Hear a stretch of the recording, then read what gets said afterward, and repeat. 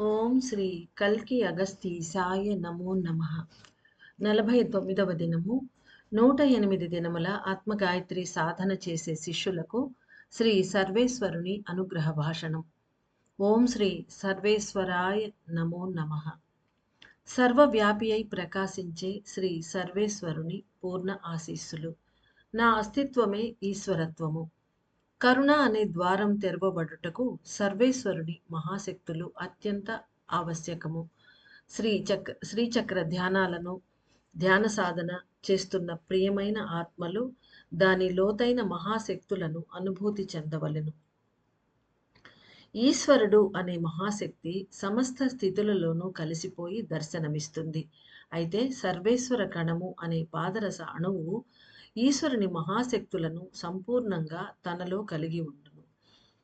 అంటే ఈశ్వరుడు అన్ని చోట్ల అన్ని స్థితులలో అంటే ప్రతి చోట ఆయన కలిసిపోయి దర్శనమిస్తూ ఉంటాడు. ఆ శక్తి మహాశక్తి దర్శనమిస్తూ ఉంటుంది. అయితే సర్వేశ్వర కణము ఈశ్వరుని శక్తులన్నిటినీ తనలో సంపూర్ణంగా కలిగి ఉంటుందని చెప్తున్నారు. ఈ అండ చరాచర జగత్తులో అనేక అణువులు ఉత్పత్తి అవుతూనే ఉంటాయి. దైవ కాంతి మరియు దైవ శక్తుల చేత సృష్టించబడిన అయస్కాంతపు ప్రకంపనల తరంగాలు magnetic energy vibrations vibrational waves, విద్యుత్ ప్రకంపనల తరంగాలు అంటే ఎలక్ట్రిక్ వైబ్రేషనల్ వేవ్స్, అవన్నీ అణువులుగా ఏర్పడుతున్నవి. అయస్కాంత ప్రకంపనల తరంగాలు, విద్యుత్ ప్రకంపనల తరంగాలు అణువులుగా ఏర్పడుతున్నవి. అవి క్రమక్రమంగా ప్రయాణించి పలు విధములైన వైబ్రేషనల్ ఫ్రీక్వెన్సీలో కలిసిపోయి తమ తత్వములను నిర్దిష్టంగా స్వీకరించుచున్నవి. అంటే అలా అంతకుముందు మెసేజ్లో మనకు అయస్కాంత శక్తులు, విద్యుత్ శక్తులు అవి అణువులుగా ఏర్పడుతున్నవి అని కొంచెం రహస్యాన్ని బయటపెట్టారు. ఈరోజు మెసేజ్లో అయస్కాంతాల వల్ల వచ్చే వైబ్రేషన్స్, మ్యాగ్నెటిక్ వైబ్రేషనల్ వేవ్స్, అదే మాదిరి ఎలక్ట్రిక్ వైబ్రేషనల్ వేవ్స్ ఏవైతే ఉన్నాయో అవి అణువులుగా ఏర్పడుతున్నవి అని ఇంకొంచెం ఓపెన్ చేస్తున్నారు. ఆ తర్వాత అవి అణువులుగా ఏర్పడ్డాక విశ్వంలో అవి క్రమక్రమంగా ప్రయాణించి పలు విధములైన వైబ్రేషనల్ ఫ్రీక్వెన్సీలో కలిసిపోయి, అంటే అక్కడ కాస్మాస్లో ఉండే ఏ వైబ్రేషనల్ ఫ్రీక్వెన్సీస్ ఉంటాయో అందులో ఇవి ఒకటిగా కలిసిపోతాయి అన్నమాట. అలా ట్రావెల్ చేస్తూ చేస్తూ వెళ్ళిపోతాయి. అలా చేసి తమ తత్వములను నిర్దిష్టముగా స్వీకరించుచున్నవి. అంటే మళ్ళీ ఈ అయస్కాంత శక్తులు, విద్యుత్ శక్తులు, ఎలక్ట్రో మ్యాగ్నెటిక్ శక్తులు రెండింటినీ అవి ఒక్కొక్క నిష్పత్తిలో స్వీకరిస్తూ వాటి తత్వాలని ఏర్పరచుకుంటూ ఉంటాయన్నమాట. తమ తత్వములను నిర్దిష్టంగా స్వీకరించుచున్నవి. తరువాత మూలమైన పరమాత్మతో కలిసిపోయి అటుపై వెలికి వచ్చి మానవాత్మలుగా వెలిచున్నది. ఇది కూడా మనం మొన్న మెసేజ్లో చెప్తూ ఉన్నారు. తర్వాత పరమాత్మలో కలిసిపోయి అక్కడి నుంచి శక్తులు తీసుకొని మళ్ళీ బయటకు వస్తూ ఉంటాయి అన్నమాట. అలా వచ్చి మానవ ఆత్మలుగా వెలియుచున్నవి. అంటే మళ్ళీ భూమికి అవి దిగొచ్చి మానవులుగా పుట్టాలి అని భగవంతుడు నిర్ణయించుకున్నప్పుడు అవి మానవ ఆత్మలుగా వెలయుచున్నవి. ఒక మానవ ఆత్మగా అవతరించే ఏకైక ఆత్మ అణువే ఇంకను అనేక కణాలుగా విభజించబడి చలించుచున్నది, అంటే గతి చెందుతున్నది. ఒక సంపూర్ణమైన ఆత్మ అణువే సర్వశక్తులతో నిండిన ఈశ్వర కణమవుతుంది. సంపూర్ణమైన శక్తులను తనలో కలిగి ఉన్న ఆత్మ గర్భస్థ కణమును తన లోపల కలిగి ఉన్న ఆ సంపూర్ణమైన ఆత్మ అణువే సర్వశక్తులతో నిండి ఉన్న ఈశ్వర కణమవుతుంది. అంటే ఈశ్వరుడు కూడా ఒక అణువే, ఒక కణమే అన్నమాట. అలాంటి ఈశ్వర కణం ఇది అవుతూ ఉంటుందన్నమాట. ఈశ్వరులో నుంచి వెలికి వచ్చే ఒక్కొక్క ఈశ్వర అంశ ఒక్కొక్క కణంగా కావాలంటే ఆ ఆత్మ అణువు సంపూర్ణమైన శక్తులతో నిండి ఉండాలి. దాని నుండి కోట్లాది పాదరస కణాలు పుట్టి అనేక పేర్లను స్వీకరిస్తున్నవి.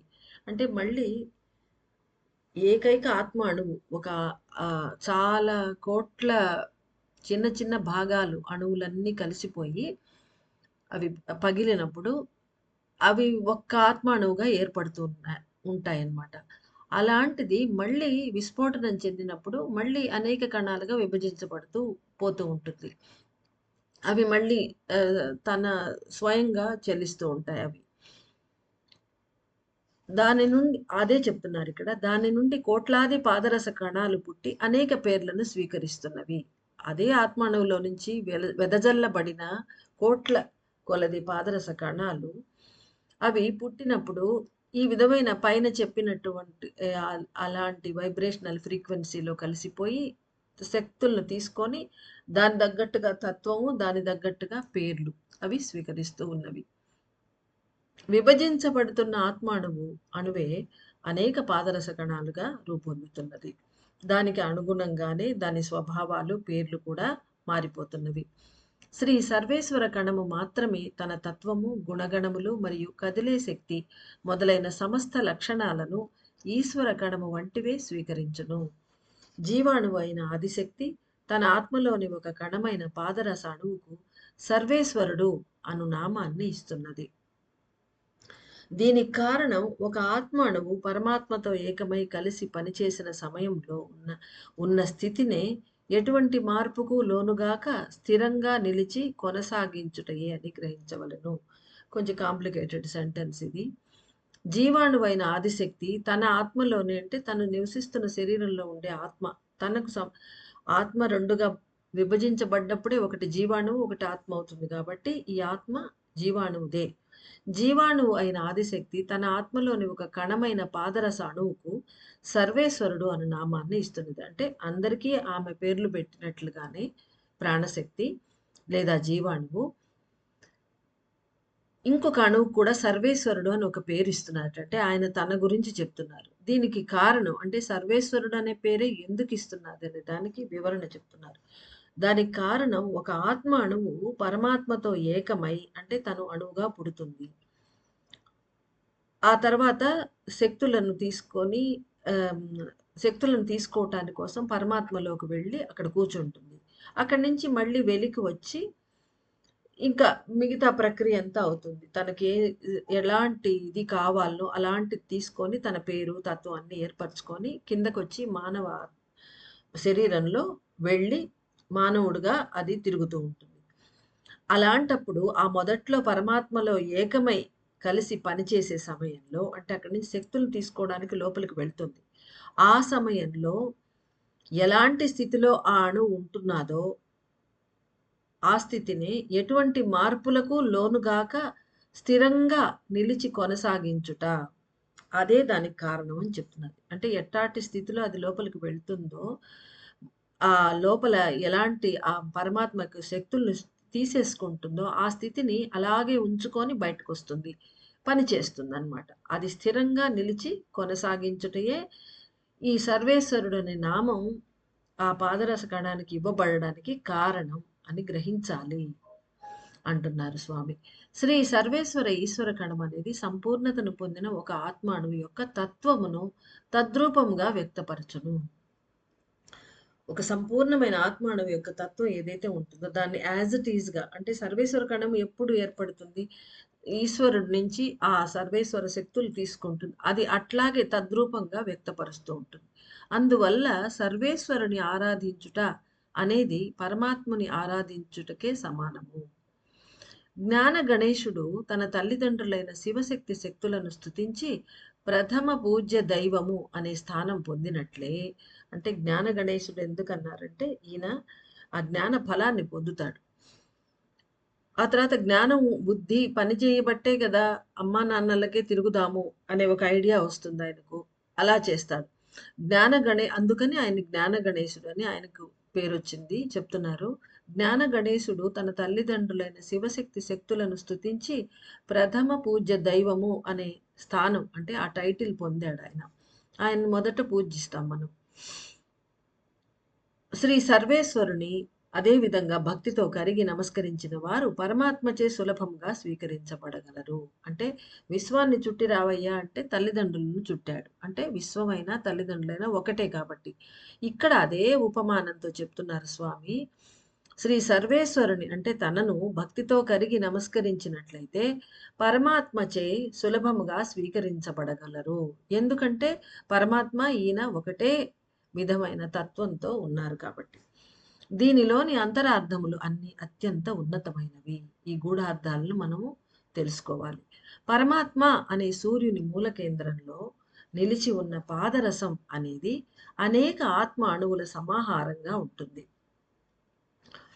సూర్యుడే పరమాత్మ. ఆయన కేంద్రంలో, మూల కేంద్రంలో ఉన్న పాదరసం ఏదైతే ఉంటుందో మర్కురీ, అది అనేక ఆత్మ మన మామూలు ఆత్మలోని కోటాను ఉన్నాయంటే ఇంక సూర్యుడిలో ఎన్ని ఉంటాయి? మన ఊహకు అందదు. అనేక అణువుల ఆత్మ అణువుల సమాహారంగా ఉంటుంది. అందుకే అంటారు సూర్య ఆత్మ జగత్ ఉషశ్చ అంటారు కదా! ఆ లైన్‌లో సూర్య ఆత్మ అని ఎందుకు అంటారంటే మొత్తమే ఆత్మ అణువులే ఉంటాయి అందులో. మళ్ళీ బయటకొచ్చినప్పుడు మనుషుల్లో కూడా గ్రహాల్లాగా అలా అవుతూ ఉంటుంది. ఎందుకంటే మనం సౌర కుటుంబంలో ఉన్నాం కాబట్టి ఆయనలో నుంచి వచ్చే అణువులతోనే మనం కూడా తయారవుతాం. శక్తుల్లో మార్పు ఉంటుంది. పరమాత్మలో అంతర్భూతమై నిలిచి ఉన్న ఆ అనేక ఆత్మ అణువులన్నీ ఒకే రూప స్వభావాలను కలిగి ఉంటాయి. అందుకే కదా ఒకే అణువుగా తయారయ్యి ఒక సూర్యుడిగా రావాలంటే వేరే వేరే వేరేగా ఉంటే వేరే వేరే తత్వాలుంటే అది సూర్యుడు కాదు. వేరే వేరే అయిపోతాయి. కానీ ఒకే రకమైన స్వభావాలను, రూపాలను కలిగి ఉంటాయి. అయితే సూర్య విస్ఫోటనం సంభవించినప్పుడు వెలుపలికి విడుదలైన ఆత్మాణువులు అనేక భాగాలుగా విభజించబడుతున్నది. పైన చెప్పింది అనమాట. అక్కడ అది విస్ఫోటనం చెందినప్పుడు అనేక భాగాలుగా విడిపడుతోంది అని. అదే ఇక్కడ సూర్యుడు కూడా విస్ఫోటనం చెందుతూ ఉంటాడు అప్పుడప్పుడు. అలా సంభవించినప్పుడు బయటకొస్తాయి కదా! అన్నీ వెదజల్లబడతాయి. ఆ విడుదలైన ఆత్మాణువులన్నీ అనేక భాగాలుగా విభజించబడుతున్నవి. విభజన చెందే సమయంలోనే అవి తమ రూపం, స్వభావం మరియు గుణగణాలను కోల్పోయి కొత్తగా రూపాంతరం చెందుతున్నవి. అంటే కొత్త రూపం, కొత్త స్వభావం, కొత్త గుణాలను తీసుకుంటూ ఉన్నాయి. అంటే ఆ స్ప్లిట్ అయ్యే టైంలోనే. అయితే సర్వేశ్వర కణం మాత్రమే తన నిజతత్వాన్ని కోల్పోకుండా స్థిరంగా నిలిచి ఉంటుంది. అందుకే ఆదిశక్తి అనే జీవాణువు పరమాత్మ స్వరూపంగా దాన్ని స్వీకరించి సర్వేశ్వరుడు అనే నామాన్ని ప్రసాదించి దానిని కీర్తించుచున్నది. సంపూర్ణతతో నిండిన సర్వేశ్వర కణము అనేది పరమాత్మ వలె పనిచేయును. మీ శిరస్సులో ఉన్న సర్వేశ్వర కణం మహాశక్తితో నిండి ఉన్నది. ఆ కణము గురించి తెలుసుకొన్నచో దాని మహాశక్తులను కూడా తెలుసుకోగలరు. మహాశక్తులు కలిగిన సర్వేశ్వర కణము ఈ సమయంలో మీ బ్రెయిన్ లోపల కలిసిపోయి పనిచేయును. అంటే ఈ సమయంలో అంటే ఇప్పుడు మన శ్రీచక్ర సాధన చేస్తున్నాం కదా! ఈ ఈ టైంలో. దీనిని ఏ విధంగా స్వాగతించి స్వీకరించాలి? ఈ కణము ఏ పనులను చేయును అని తెలుసుకోవాలి. మీ శిరసులలో జరిగే పెను మార్పులనేవి సత్యాన్ని తెలియజేయగలవు. అంటే ఎలా అనే దానికి చెప్తున్నారు స్వామి. మన శిరస్సులో పెను మార్పులు జరుగుతాయి. అంటే గొప్ప చాలా పెద్ద మార్పులు జరుగుతాయన్నమాట. ఆ మార్పులు ఏవైతే ఉన్నాయో అవే స్వయంగా సత్యాన్ని రిఫ్లెక్ట్ చేస్తాయి బయట. తమంతట తామే తెలియజేస్తాయి మనకు. శ్రీ సర్వేశ్వర కణము అనేది ప్రతి మనిషికి పరమాత్మ శక్తులను కురిపిస్తున్నది. పరమాత్మని యొక్క శక్తులను ఈ సర్వేశ్వర కణం మనకిస్తూ ఉంది. ఎందుకంటే తనలో అవే ఉన్నాయి కాబట్టి అవి కురిపిస్తూ ఉంటుంది. పరమాత్మ నుంచి తీసుకొచ్చేది తనలో ఉంచుకొని మనకిస్తూ ఉంటుంది. సర్వేశ్వర కణమును బంధించుటకో విడిపించుటకో వీలు కాదు. ఇది కూడా స్పెసిఫిక్ కణమే. ఎల్లప్పుడూ లైట్ బ్రిడ్జ్ అగ్రభాగాన నిలిచి ఉండే పరమాత్మతో అనుదినము కలిసిపోయే శక్తులను పొంది ఉన్నది. అంటే ఇక్కడ ఎల్లప్పుడూ లైట్ బ్రిడ్జ్ అగ్రభాగంలోనే ఉంటాడా పరమాత్మ అంటే ఉంటాడు. అక్కడ కూడా ఉంటాడు. ఇక్కడ మన కాంటెక్స్ట్‌లో ఈ లైన్ మనం తీసుకోవాలి. ఎందుకంటే ఆయన లోపల ఉంటాడు, మన హృదయంలో ఉంటాడు. ఎక్కడైతే మన ఆహ్, పీనియల్ గ్లాండ్ ఉంటుందో కేంద్రం అక్కడ దాని దగ్గర ఉంటాడు. అన్ని చోట్ల ఉంటాడు ఆయన. మళ్ళీ సూర్యుడి మధ్యలో ఉంటాడు. ఎల్లప్పుడూ లైట్ బ్రిడ్జ్ అగ్రభాగాన నిలిచి ఉండే పరమాత్మతో అనుదినము కలిసిపోయే శక్తులను పొంది ఉన్నది. ఈ కణం అనేది ప్రతిరోజు ఆ పరమాత్మ ఎక్కడైతే ఉన్నాడో ఆయనతోటి రోజు కలవగలిగేటువంటి అట్టాటి శక్తిని ఈ కణానికి ఉన్నదన్నమాట. పొంది ఉన్నది. ఒక మానవ ఆత్మ విడుదల పొంది ఆకాశాన్ని చేరినప్పుడు మాత్రమే పరమాత్మ అనే సూర్య కేంద్రానికి చేరగలదు. అంటే సూర్య కేంద్రం చేరాలి అంటే విడుదల పొందాలి. మనకంటే అగస్త్యుల వారి కృపతో, కరుణతోటి మనం ఆ మెడిటేషన్ అప్పుడు ఆయన మనల్ని తీసుకెళ్తూ ఉంటారు. పోగలిగిన వాళ్ళు వెళ్తూ ఉంటారు. ఆయన ఎలా తీసుకెళ్తారో తెలియకపోయినా మనల్ని ఆయన తీసుకెళ్తూ ఉంటారు. అది ఆయన విడుదల చేయిపిచ్చి తీసుకెళ్ళి మళ్ళీ కలిపేస్తూ ఉంటారు. అలా కాకుండా మనంతట మనమే వెళ్ళాలి అంటే మన ఆత్మ అన్ని కణాలు విడుదల పొందాలి. అప్పుడు మన ఆత్మ పూర్తిగా వెళ్ళి సూర్యుని కేంద్రంలోకి వెళ్ళిపోతుంది పరమాత్మ దగ్గరకు. అయితే సర్వేశ్వర కణం అనే ఆత్మగర్భస్థ బీజము మాత్రమే ప్రతిరోజు ఆకాశాన్ని దాటి ప్రయాణించి పరమాత్మ నుండి శక్తులను స్వీకరించి వాటిని ప్రసాదించును. ఇది మట్టుకు ఎక్సెప్షన్ కణం అన్నమాట. ప్రతిరోజు ఆకాశానికి భూమికి మధ్యన సంచరించే ఏకైక కణమే శ్రీ సర్వేశ్వర కణము అని తెలుసుకోనండి. అంటే విడుదల కావడం అనేది ఏం ఉండదు కదా దీనికి. ఈ సర్వేశ్వర కణం మట్టుకే పరమాత్మలోకి రోజు వెళ్ళి తీసుకొచ్చి మనకిస్తూ ఉంటుంది. అంటే ప్రతిరోజు ఆకాశానికి, భూమికి ట్రావెల్ చేస్తూ ఉంటుందన్నమాట. ఈ ఏకైక కణం సర్వేశ్వర కణం అన్నమాట. తన అయస్కాంత శక్తుల సహాయంతో ఒక కిరణం లైట్ బ్రిడ్జ్‌ని ఒక కిరణముతో లైట్ బ్రిడ్జ్‌ని ఒక దానిని నిర్మించుకొని తన అయస్కాంత శక్తుల సహాయంతో అంటే దీంట్లో ఉండే మ్యాగ్నెటిక్ శక్తుల సహాయంతో ఒక మ్యాగ్నెటిక్ లైట్ ఫైబర్ ఒకటే ఒక లైట్ ఫైబర్ తోటి ఒక లైట్ బ్రిడ్జ్‌ని అది కన్‌స్ట్రక్ట్ చేసుకుంటుందట తన కోసం. ఒకే కిరణముతో లైట్ బ్రిడ్జ్‌ని ఒకదాన్ని స్వయంగా నిర్మించుకొని భూమిని దాటి ఆకాశ లోకాలకి పయనించి శక్తులను అందించే మహాశక్తివంతమైన ఈ సర్వేశ్వర కణాన్ని అందరూ గౌరవంతో ఆరాధించి స్తుతించవలెను. అంటే ఇంతటి మహా పనులను చేస్తోంది కాబట్టి దాన్ని రోజు అందరూ గౌరవంగా ఆరాధన చేసి స్తుతించండి అంటున్నారు. సర్వేశ్వర కణం అనేది మీ శిరస్సులో ఎప్పుడూ ప్రవేశించదు, కరగదు, కలిసిపోదు అనే సత్యాన్ని తెలుసుకోవలెను. కర్మన్ లైన్ అని పిలువబడే భూమ్యాకర్షణ శక్తి యొక్క సరిహద్దు ప్రదేశంలో నెలకొని ఉండే సర్వేశ్వర కణము సూర్యుని వైపు పయనించినంత సులభముగా మానవ శిరస్సు వైపుగా ప్రయాణించటం లేదు. అంటే ఈ కర్మన్ లైన్ ఎక్కడైతే ఉందో అంటే గ్రావిటీ పవర్ ఉంది కదా భూమికి, దాన్ని ఎండ్ అయ్యే చోటు అది సరిహద్దు రేఖ. దాన్ని కర్మన్ లైన్ అని సైంటిస్టులు ఒక పేరు పెట్టారు. అదే ఇక్కడ చెప్పుకుంటున్నాం. ఆ కర్మన్ లైన్ అని పిలువబడే ఆ భూమ్యాకర్షణ సరిహద్దు ప్రదేశంలో నెలకొని ఉండే సర్వేశ్వర కణం అంటే అక్కడ ఉంటుందన్నమాట ఇది. ఇది అక్కడి నుంచి సూర్యుని వైపు సులభంగా వెళ్తూ ఉంటుంది. ఆ విధంగా అంత సులభంగా సూర్యుని వైపు వెళ్ళినంత సులభంగా మానవ శిరస్సు వైపుగా ప్రయాణించటం లేదు. అది రావట్లేదు. అయినప్పటికీ కాలభైరవునిచే ఆకర్షించబడి అనుగ్రహించబడిన కారణాన అనుదినము శిరస్సులోనికి చొచ్చుకొని ప్రవేశించుటకు ప్రయత్నించును. అంటే ఇది రోజు రావడానికి ఎందుకంటే ఆ ఆత్మలింగ పూజలు చేసిన వాళ్ళ కోసం కాలభైరవుడు ఆకర్షించి తీసుకొచ్చి ఇచ్చి ఉన్నారు. కాబట్టి ఆయన వలన ఇది లోపలికి వచ్చి పోవడానికి ఆ విధమైన ప్రయత్నాలు అదే చేస్తూ ఉంటుందన్నమాట.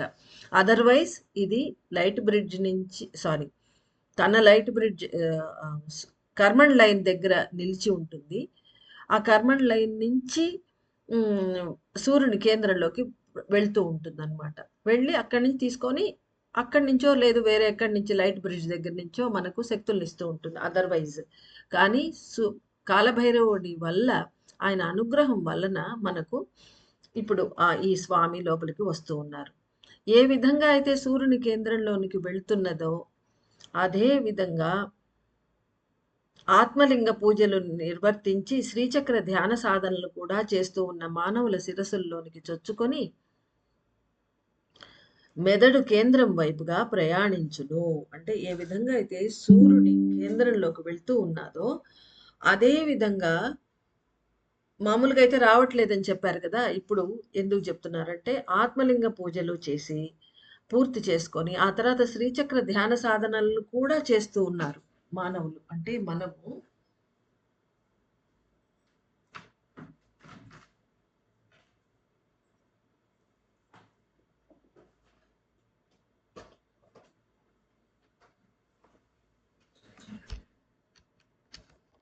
శ్రీచక్ర ధ్యాన సాధనలు కూడా చేస్తూ ఉన్న మానవుల శిరస్సులలోనికి చొచ్చుకొని మెదడు కేంద్రం వైపుగా ప్రయాణించును. అచట శక్తులను కురిపించినే గాని అక్కడ స్థిరపడి పని చేయదు అని మీరు గ్రహించాలి. అంటే వస్తుంది, లోపలికొచ్చి ఆ మెదడు కేంద్రం అంటే జీవాణు గూట్లో వరకు వస్తుంది. వచ్చి అక్కడ శక్తుల్ని ఇచ్చేసి ఆ తర్వాత మళ్ళీ వెంటనే వెళ్ళిపోతుంది. అందుకే చెప్తున్నారు, అచట శక్తులను కురిపించినే గాని అక్కడ స్థిరపడి పని చేయదు అని గ్రహించాలి. శ్రీచక్ర ధ్యాన సాధన చేసే వారందరూ సర్వేశ్వర కణము యొక్క పనులను గురించి తెలుసుకోనండి. పనులు లేదా కదలికలు, వాటిని గురించి తెలుసుకోనండి. ప్రతిరోజు మీ ఆత్మలో ఒక అంశ అయిన సర్వేశ్వర కణము అను పాదరస కణము ఒక లింగ రూపమును ధరించి సూర్యోదయ ఘడియలలో పరమాత్మను చేరి కలిసిపోవును. అంటే ప్రతిరోజు, అంటే తెల్లవారుజామున సూర్యోదయ ఘడియలలో పరమాత్మను చేరి అక్కడ కలిసిపోతుంది అనమాట. ఒక ఘడియ కాలము పాటు సూర్యుని కేంద్రమైన పరమాత్మ ఇంటిలో నిలిచి ఉండును.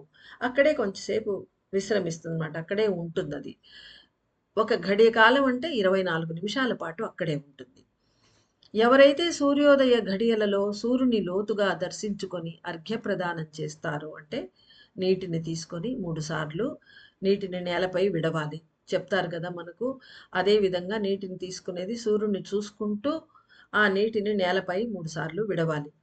అలా అర్ఘ్యప్రదానం చేస్తారు, ప్రార్థిస్తారు వారందరూ. అయితే సూర్యుని కళ్ళారా చూసుకోవాలి, అది చెప్పున్నారు. లోతుగా దర్శించుకొని ఎందుకన్నానంటే కళ్ళారా చూసుకోవాలి అని తమిళ్లో చెప్పున్నారు. అర్ఘ్యప్రదానం చేస్తారో ప్రార్థిస్తారో వారందరూ తమలోని సర్వేశ్వర కణము ద్వారా మహాశక్తులను పొందగలరు అని తెలుసుకొనండి.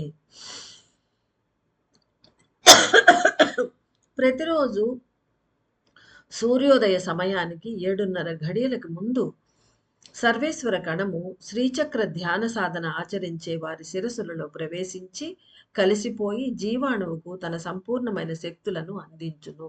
ఈ సమయం మనం లెక్కేసుకోవాలి. సూర్యోదయం సమయం ఒక 6:10కో లేదు 5:50కి, ఏ టైం ఉంటే ఆ టైంకు ముందర 7:30 గడియలంటే 7.5 into 24 minutes ఆ లెక్క వేసుకొని, అంటే బ్రహ్మముహూర్తం ఆస్పాస్ ఆ టైం అవుతుంది నాకు తెలిసి. సో ఆ టైంకి 7:30 సూర్యోదయానికి 7:30 గడియలకు ముందు సర్వేశ్వర కణము శ్రీచక్ర ధ్యాన సాధన ఆచరించే వారి శిరస్సులలో ప్రవేశించి కలిసిపోయి జీవాణువుకు తన సంపూర్ణమైన శక్తులను అందించును. ఆ సమయంలో వస్తుందన్నమాట మన దగ్గరికి. పైన పారాగ్రాఫ్లో ఏం చెప్పారు? అదే విధంగా తెల్లవారుజాము అని చెప్పలేదు, సూర్యోదయ సమయంలో, ఆ సమయంలో పైకి వెళ్ళి అక్కడ ఉంటుంది 24 minutes అన్నారు. మళ్ళీ ఇక్కడ తెల్లవారుజామున మన తలలో ప్రవేశిస్తుంది. ఇది ఎలా లింకో చూద్దాం. ఇతరులకు కూడా ఈ శక్తులు అందగలవు. అంటే మనకు శ్రీచక్ర ధ్యాన సాధన వాళ్ళకే శిరస్సుల్లో ప్రవేశించి ఇస్తుంది. అయితే ఇతరులకు కూడా ఈ శక్తులు అందగలవు, కానీ వారి శిరస్సును దాటి ఉండే లైట్ బ్రిడ్జ్ పై నిలిచి మాత్రమే అచట నుండే శక్తులు కురిపించును. అంటే వాళ్ళ లోపలికి వెళ్ళదు. మామూలుగా ఈయన జనరల్ తత్వం ఏంది? ఈయన అక్కడ నుంచి కర్మన్ లైన్ నుంచి వెళ్ళి తీసుకొచ్చి ఇచ్చేసి వెళ్ళిపోతూ ఉంటాడు కదా, లోపలికి రాడు. కానీ కాలభైరవుని వల్ల మన లోపలికి వస్తూ ఉన్నాడు. కాబట్టి ఇతరులకు కూడా ఈ శక్తులు అందగలవు. ఎందుకంటే ప్రతి మనిషికి పరమాత్మ శక్తులు కావాలి. కానీ వారి శిరస్సును దాటి ఉండే లైట్ బ్రిడ్జ్ పై నిలిచి అక్కడ నుండే శక్తులను కురిపించును. మీరు శ్రీచక్ర ధ్యాన సాధన చేస్తూ ఉన్నందువలన మాత్రమే మీ జీవాణువు గూటి వరకు ప్రయాణించి శక్తులను అందించుచున్నాను. పరమాత్మ యొక్క శక్తులను ప్రసాదించుచున్న సర్వేశ్వర కణమును వినయముతో స్తుతించండి.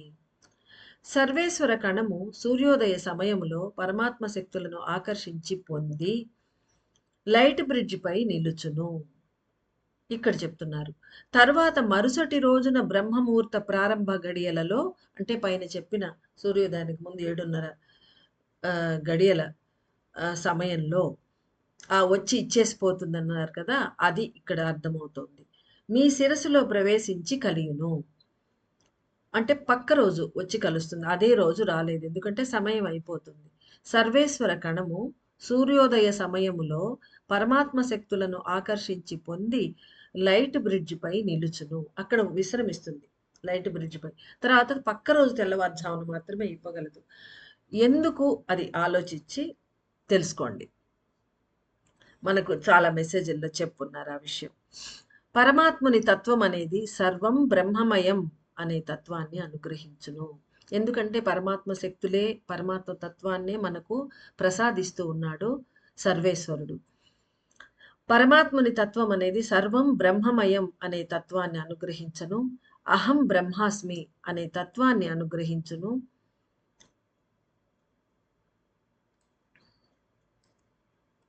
నేనే పరమాత్మను అనే సత్యాన్ని కూడా తెలియజేయును. అంటే అహం బ్రహ్మాస్మి అనే ఉపనిషత్ వాక్యాన్ని యొక్క తత్వాన్ని మనకు అనుగ్రహిస్తుంది. అంటే ఊరికే పలకడం కాదు కదా! ఆ తత్వం మన లోపల అబ్జార్బ్ అయిపోవాలి. అప్పుడు మనం అహం బ్రహ్మాస్మి అని నమ్ముతాం. ఉత్త చదివాము, పలికామంటే మనం ఓహో అనుకుంటామే గానీ మనకు లోపల ఫీలింగ్ రాదు. ఎప్పుడొస్తుంది? ఆ తత్వం మనకొచ్చినప్పుడే. ఆ తత్వాన్ని ఈయన అనుగ్రహిస్తాడు. అంటే ఈ సర్వేశ్వర కణం అనుగ్రహిస్తుంది. అందువలన సర్వం బ్రహ్మమయం అనే తత్వాన్ని అనుగ్రహించును. అహం బ్రహ్మాస్మి అనే తత్వాన్ని అనుగ్రహించును. నేనే పరమాత్మను అనే సత్యాన్ని కూడా తెలియజేయును. I am that I am అనే సత్యం కూడా మనకు తెలియజేస్తుందన్నమాట. ప్రతి వ్యక్తిలోనూ పరమాత్మే విరాజిల్లుతున్నాడు అనే భావాన్ని ప్రసాదించును. అంతటా ప్రకాశించేది భగవంతుని కాంతియే అనియు, అన్నీ భగవంతుని కదలికలుగా నిలిచి ఉన్నవి అనియు గ్రహించగలరు. అప్పుడు అన్నీ ఒకటే. అంటే ఏకం సత్ అంటారు కదా! అన్నీ ఒకటే, అన్నీ దేవుని లీలలే అనే శరణాగత భావం ఏర్పడును. చివరికి సంపూర్ణతతో నిండిన ఆత్మకాంతితో ఐక్యమవ్వడం కూడా సాధ్యమవుతుంది. అంటే ఇన్ని మనకు ఈ రోజున స్వామి అనుగ్రహిస్తారు. ఇన్ని చాలా పెద్ద పెద్దవి అంటే గ్రాడ్యువల్‌గా మనలో ఈ భావాలు బలపడతాయి. ఈ తత్వాలు మనకు అబ్జార్బ్ అవుతాయి. సర్వేశ్వర కణము యొక్క కదలికల్ని అర్థం చేసుకోవాలి అని ప్రార్థించండి. ఎందుకంటే ఇది చాలా హైఫైవ్ గదా! ఇవి ఊరికే చదివితే, పలికితే మనకు అర్థమైనట్లుంటాయి గానీ ఏమి అర్థం కావు. కాబట్టి సర్వేశ్వర కణం యొక్క కదలికల్ని అర్థం చేసుకోవాలని ప్రార్థన చేయండి. మన ప్రార్థనే ఆ విధంగా ఉండాలి అంటున్నారు స్వామి. ఎందుకంటే దానిని తెలుసుకొన్నచో పరమాత్మను కూడా పరిపూర్ణంగా తెలుసుకోగలరు. ఎందుకంటే ఇద్దరూ ఒకటే కాబట్టి. ప్రతి జీవి పరమాత్మ యొక్క అంశమే అని గ్రహించగలరు. తలచినంతనే పరమాత్మతో ఐక్యం చెందగలరు. అంటే ఎప్పుడు తలుచుకుంటే కాసేపు స్వామితో ఉంటాము అనుకుంటే ఆ సమయంలోనే మనం వెంటనే ఆయనలో ఐక్యం చెంది ఆ తాదాత్మ్యంతో ఉండగలం. అలాంటి ఫెసిలిటీ ఆ స్వామి ఇచ్చేశారు మనకు. దీన్ని తెలుసుకొని ధ్యానించి ఉన్నత శక్తులను పొందండి. శ్రీ సర్వేశ్వరుని దివ్య ఆశీస్సులు.